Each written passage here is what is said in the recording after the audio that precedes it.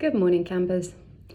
I want to talk today about facing our fears and why sometimes it is important to go towards our fear rather than letting it steer our course away.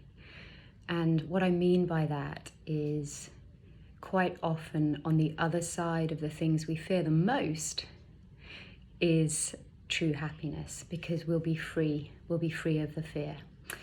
So some examples are, when I was younger, I was really afraid of public speaking.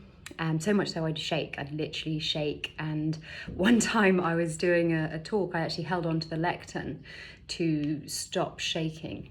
I was at university and the shakes had to go somewhere, so my friends behind me could see my butt and my legs shaking because I held my frame rigid, but the shaking had to go somewhere.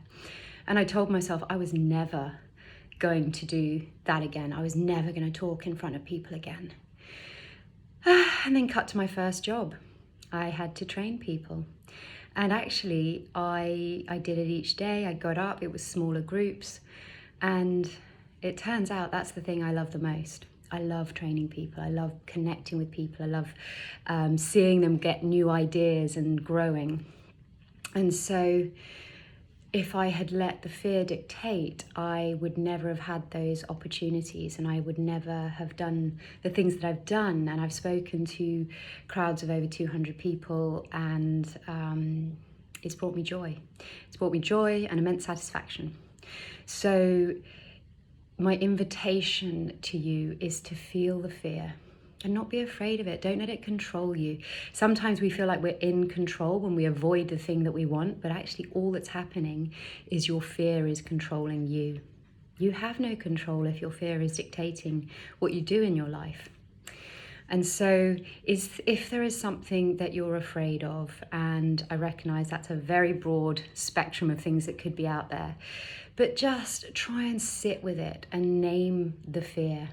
And actually, I'd invite you to create some separation. It's not I'm afraid. Get into the feeling of it and go, I am noticing the feelings of fear, not I am.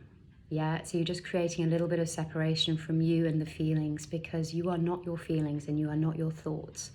And the power of understanding that is huge. And because what we tell ourselves becomes our thoughts, become our beliefs, and these become our habits and our actions. So we create our world.